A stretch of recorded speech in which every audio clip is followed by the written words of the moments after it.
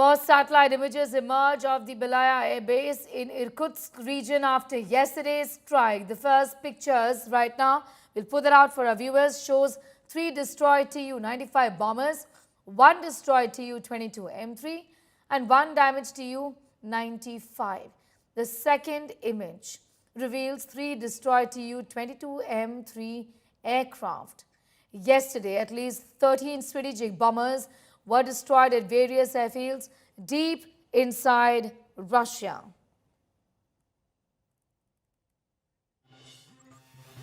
We're getting you the details of the satellite imagery you see on your screens at this point in time. These are first satellite images which emerge of the Belaya Air Base in Irkutsk region after the strike yesterday. I'm going to go straight across to India Today's managing editor Gaurav Sawant, tracking that very, very closely. Gaurav, before I talk to you a little more about the Ukraine, essentially about Ukraine's attack against Russia, which clearly has, I think, in many ways, changed the rules of the battlefield engagement. But before that, just explain to us these pictures that show the extent of the damage there, isn't it? This is the most audacious attack mounted by Ukraine on Russia yet in a war that's been on for over 3 years. It's the deepest strike yet. And the fact that drones were in containers loaded on trucks, barely a couple of 100 meters from these air bases, and then the top of those containers came off, and hundreds of these drones, or the FPVs, the first-person view drones, they took off and with pinpoint accuracy went and decimated aircraft that cost billions of dollars, and these drones cost just a couple of $1,000. That just goes on to show, one, the plan, which was perfect, and the execution of that plan, which was perfect, which really has set Russia back. Now, by some accounts, according to Western media, the losses in this attack that took place at 5 different air bases was over $5 billion. Some say between 5, others say $7 billion is what the Ukrainian government assesses the Russian loss to be. Because if you've lost 40 strategic bombers, and these are long-range bombers that can go deliver both strategic in terms of your nuclear bombs or your conventional bombs, but can carry up to 20 to 30 tons of weapons, can fly 16 to 18 hours non-stop, and then deliver this cargo. They have caused significant damage in the past in Ukraine. They were likely to be used for another operation, and yet, Ukraine was able to prevent and carry out this strike. So it's a huge, huge setback. And as you see in these images that India Today has accessed, apart from the FPV or the first-person view drone images, you also see satellite imagery that shows where these aircraft were parked and how the drones went and crashed into them. It's a huge, huge loss for Russia. Absolutely. Now, we're talking about the loss for Russia essentially in the manner in which Ukraine has struck. But Gaurav, even as we speak, there are peace talks which are underway between Ukraine and Russia. What's the very latest that you can tell us about those peace talks which are underway? What next? So, the peace talks are on. Both sides have a condition. It remains to be seen how this moves forward. Ukraine's President Volodymyr Zelensky has gone on record to say that he's ready for unconditional. He's ready and willing for unconditional, ceasefire. However, what's the fine print? He's lost more than 25%, between 20 to 25% of his territory. Is he okay with losing that territory and then having this? Is Russia okay with it? There are some reports that seem to indicate that Russia has already planned its strike back. There are some reports, and we're waiting for verification, that Russia will strike back. The manner remains to be seen, because this is a huge loss. One, financially; two, to the prestige of Russia; and three, all along, it does indicate, while Ukraine has been at great pains to insist that this is an operation which was undertaken 100% by Ukrainian forces, by their secret service and their special forces, there are indications within Russia that seem to indicate that they suspect that this was a wider NATO game plan, and in case NATO has been a part of it, whether those countries assisted Ukraine in this attack, then the counter attack God forbid, could be even more severe if the counterattack does include European countries that are a part of the North Atlantic Treaty Organization. Then we are truly looking at the beginning of World War III. All right, Gaurav, I'm just going to come back to you in a moment from now because we want to discuss this attack which has been planned for months together. To tell our viewers, so 18 months together is what Ukraine had planned the attack that took place, drones that targeted Russian bases. It's an audacious attack planned over a year and a half. Ukraine launching large-scale drone strikes on multiple Russian air bases. This was under its Operation Spiderweb. Ukraine claims it destroyed 5 military air bases deep inside Russia's borders, setting them ablaze. Here's more.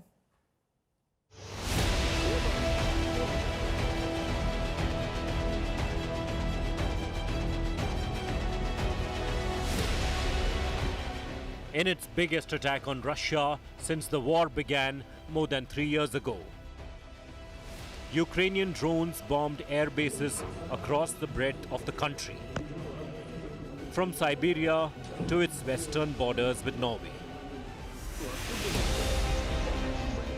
The attack itself was audacious in many aspects. Codenamed Operation Spiderweb, the drones were smuggled into Russia in trucks. Drones were launched from the trucks from the vicinity of the air bases. According to Ukraine, a swarm of 117 drones were unleashed on Sunday, attacking at least 5 military air bases. Kyiv claims 41 Russian aircraft were hit in the drone strike, including Tu-95 and Tu-22 strategic bombers, which are used to fire long-range missiles. Not just the military bases, Ukrainian forces also claim they hit Russia's nuclear submarine fleet. Ukrainian President Volodymyr Zelensky beamed with pride, saying this operation had been in the works for 18 months. Готували операцію більш ніж 1,5 року. The operation was prepared for more than a year and a half. All the details were planned ideally. I can say with confidence that it is an absolutely unique operation.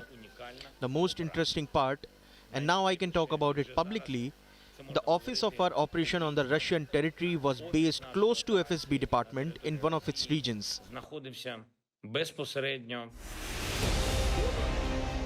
Russian media are calling the drone assault Russia's Pearl Harbor, comparing it to the surprise Japanese attack on the US in 1941 that drew Washington into World War II. Russia claims it has destroyed Ukraine's arms depot. Moscow claims their forces intercepted 162 Ukrainian drones and launched fresh Russian strikes on Ukrainian positions.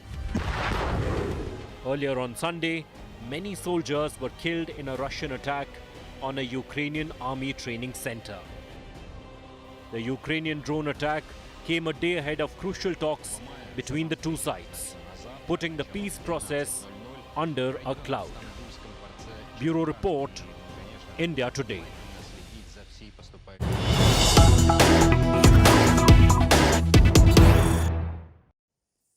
And in related developments, we have a reaction that is coming from the Ukrainian president, where he is posted, and I quote him, "Europe together with America has better weapons than Russia," he says. "We also have stronger tactical solutions." Operation Spiderweb yesterday proved just that. Russia must feel what its losses mean. That is what will push it towards diplomacy. And when Russia takes losses in this war, it's obvious to everyone that Ukraine is the one holding the line, not just for itself, but for all of Europe. Listening to what he said. Europe, together with America, has better weapons than Russia. We also have stronger tactical solutions. Our Operation Spiderweb yesterday proved that. Russia must feel what its losses mean. That is what will push it toward diplomacy. And when Russia takes losses in this war, it's obvious to everyone that Ukraine is the one holding the line, not just for itself, but for all of Europe. All right, I'm going to go straight across to my colleague Rajesh Pawar joining us from Kyiv. At this point in time, Rajesh has been tracking that for months and years together, essentially. A very significant statement coming in from the Ukrainian president on the attacks that has given, changed the warfare in many ways, hasn't it? He's also, in fact, spoken clearly about the fact that there are plans that Russia has from Belarus. And let's check with the intelligence what these are. Give us more details about this and put this statement into perspective, Rajesh. Sneha, first of all, like you mentioned, Belarus, let me also tell you that day before yesterday, that is on 31st night, 2 bridges were destroyed inside Russian territory. And one of the bridges was on the train, on the railway track, which connects Russia with Belarus. This is an additional piece of information I wanted to give you. Secondly, with regards to what President Zelensky has spoken on X about holding the line for whole of Europe, let me tell you that right from the beginning of this war, Ukraine and President Zelensky has tried his best somehow to drag Europe or NATO into this war. And they have tried everything, from false flag operations to claiming that a part of Russian missile has gone inside Poland. Somehow they wanted to bring NATO into it, and it looks like his whole strategy is towards that. And as far as this attack on the air bases in Russia is concerned, mind you, this is almost 4,300 kilometers away from Ukrainian border. This is deep inside Russian territory on the eastern side of Siberia, where these attacks have been carried out. And these were strategic bombers capable of carrying nuclear weapons. And Russia has a limited number of these aircrafts, Tu-22, which they have, and they cannot be replaced. They cannot be replaced for a long time to come. If they cannot be replaced in a year or two, it might take even longer than that. So the blow which Russia has received now through this operation by Ukrainians, which was carried out very precisely and it was kept secret for almost 18 months, is remarkable. It will be studied in history books for times to come. And this has been the single biggest victory Ukraine has achieved in this war in last more than 3 years. That's Sneha. right. He's also, Rajesh, stressed upon the importance of weapons production, obviously elated at the fact that there are losses to the tune, like you said, of $7 billion, essentially. And this has been a very different kind of an operation, isn't it? Something that Russia was absolutely unaware about. The very fact that this is the scale of destruction, weapons that have been destroyed, which are our assets that have been destroyed, which can't be replaced easily, has really hit Russia very hard this time around. Absolutely, Sneha. This is like nobody would have expected this kind of operation, not only in terms of scale, but also in terms of distance, how far it is, how deep inside it is. And this is the strategic base of Russian aviation. Right. And as I said, these are the bombers, which were, in fact, there were rumors that Russia is planning a large-scale air attack on Ukraine in the coming days. One of the biggest blows they have given to Ukraine in last 3 years before any meaningful peace talks could start. And just before they could execute that plan, Ukraine has pulled this off, destroying these strategic bombers deep inside. It is not just the financial loss which the Russians have suffered or their military capability which has suffered. It is also the loss of face. Like, it's a total failure of Russian intelligence, total failure of their air defense, their airfield defense, perimeter defense. So somehow it is like a really, really big blow to Russia in every way which we can think of. Sneha. Very big blow to Russia in whichever way we think of. Their infrastructure, the assets have been destroyed, and how President Zelensky has hailed Operation Spiderweb, talking about how successful it was, clearly elated at the developments from yesterday. This has been called Russia's Pearl Harbor moment. So this is the deadly Ukraine strike that we are talking about that took place yesterday, catching Russia completely unawares. Essentially a problematic situation for Russia to be in, with its key assets and its infrastructure that has been destroyed. Many of it which has been destroyed. Many would say that this is truly Russia's Trojan horse moment. Didn't know what was coming, essentially, and this is how they were caught completely unawares. This is also being called as Russia's Pearl Harbor moment. Why is that? Because of how Kyiv executed Operation Spiderweb. Let's tell you for how they went about doing it. Planned it for 18 months. So look at the level of planning for a year and a half together. The president of Ukraine himself oversaw the operations. Ukrainian forces smuggled drones into Russia. Mobile wooden cabins were also essentially smuggled in. Once in Russia, the drones were hidden in these wooden cabins, and that's why at the outset I said this is Russia's Trojan horse moment in many which ways. During the operations, the roof remotely opened for the drone attack. The drones remotely operated by Kiev operators essentially. This is a claim that has been made by Ukrainian agencies. I'm going to go straight across to Sandeep Punnithan joining us this evening. Sandeep, thank you for your time. I want to begin by asking you, how do you see this development essentially, or this attack precisely, changing the warfare between both the countries? It's been ongoing for years together now, but how has this one moved from Ukraine, changed so many things in this ongoing conflict? Sandeep. Well, Sneha, this attack, the complexity of this attack, the sheer audacity of the planning and the execution, it's possibly one of the greatest special forces operations ever executed. To attack 5 air bases across the world's largest country, and some of these targets, mind you, are 6,000 kilometers away in multiple time zones. To attack all of those air bases with at near simultaneously calls for planning of a very high order. And that is essentially what the Ukrainians seem to have been doing over the last 18 months, which is, it is, about floating companies, dummy companies, acquiring the capability to build those container trucks with those drones embedded in them, and then, maneuvering these trucks around that. This is, military planning of a very high order, and it speaks very highly of Ukraine and its special forces and its secret service to carry out an operation of this magnitude so deep inside the Russian Federation. And the fact is, while they say it is Pearl Harbor, there are comparisons to Pearl Harbor. Well, Pearl Harbor happened at a time when the United States was not at war with Imperial Japan. But in this case, Russia was at war with Ukraine for more than 3 years. It's approaching the 4th year mark. But clearly, there seems to be having some element of carelessness. Russia let its guard down and let these air bases be unguarded, and they were completely taken by surprise by the onslaught of these drones. Now, what is the impact of this attack going to be? This is, of course, going to be studied by every single country in the world, and it will happen for years to come. The fact is that the era of drone warfare is upon us. It is taking new avatars even as we speak, and this kind of operation only tells you that drone warfare is only limited by human ingenuity and imagination. And the Ukrainians have shown all of this to be true. Now, how it affects the outcome of the peace talks, Sneha, that remains to be seen, because Russia, as we know, controls nearly 20% of Ukrainian territory. Ukraine has not been able to make much headway on the ground. It carried out a limited incursion into Russia at Kursk. Of course, that Kursk salient collapsed. All of the Ukrainians were expelled.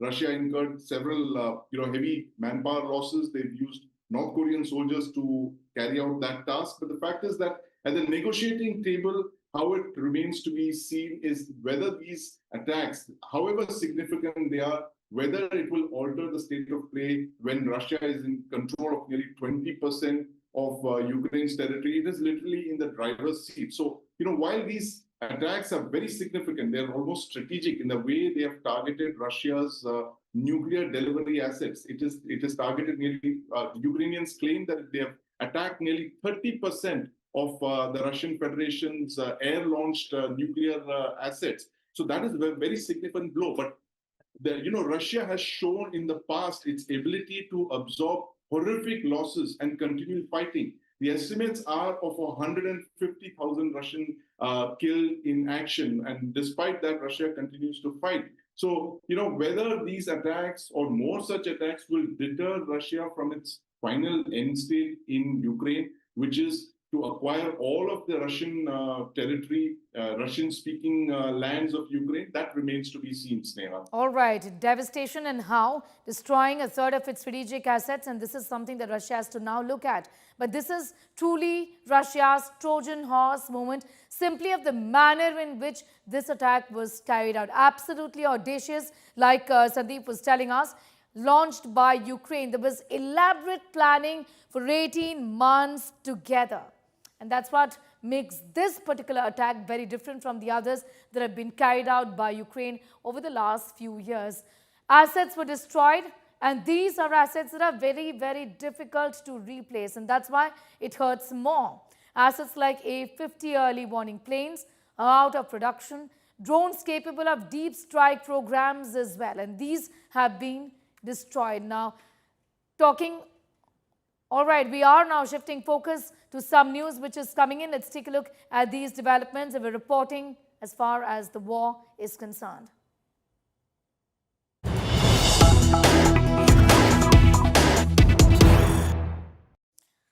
Let's take a look at these developments. And massive traffic jams have been reported in Russia's Irkutsk region as police inspect every single truck for possible drones meant for Russian warplanes. These are pictures on your screen right now being reported essentially of massive security checks which are underway. Remember, this is how the attack was carried out, mounted inside these trucks and these carriers.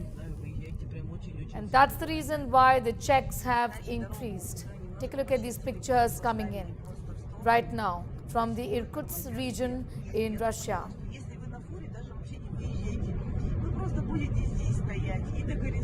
Long queues that are being seen at this point in time.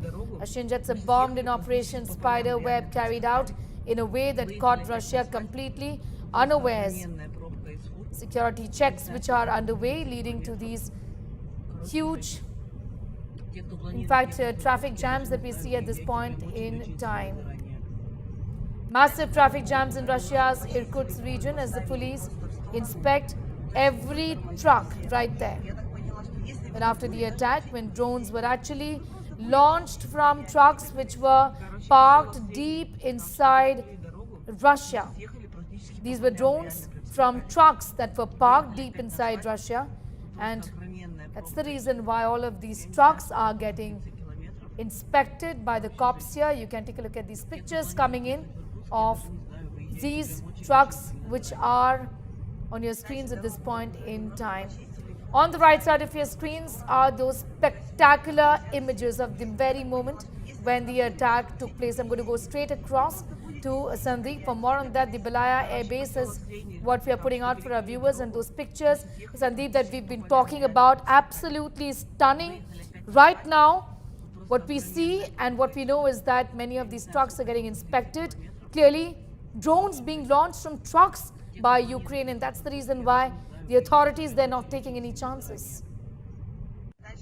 Absolutely, Sneha. You know, and what is emerging is an operation that we've been discussing. It involved months of planning, and literally it brought together all of Ukraine's expertise in drone warfare, launching these drones remotely, and also combined its experience of operating deep within enemy territory, deep inside the Russian Federation's territory. And these are long-range penetration attacks of the kind that possibly have not been seen in our lifetimes, possibly last seen in the Second World War, not since, given how large the Russian Federation's territory is. And Ukraine has shown its ability to penetrate this and operate so far behind enemy lines, 2,000 kilometers almost.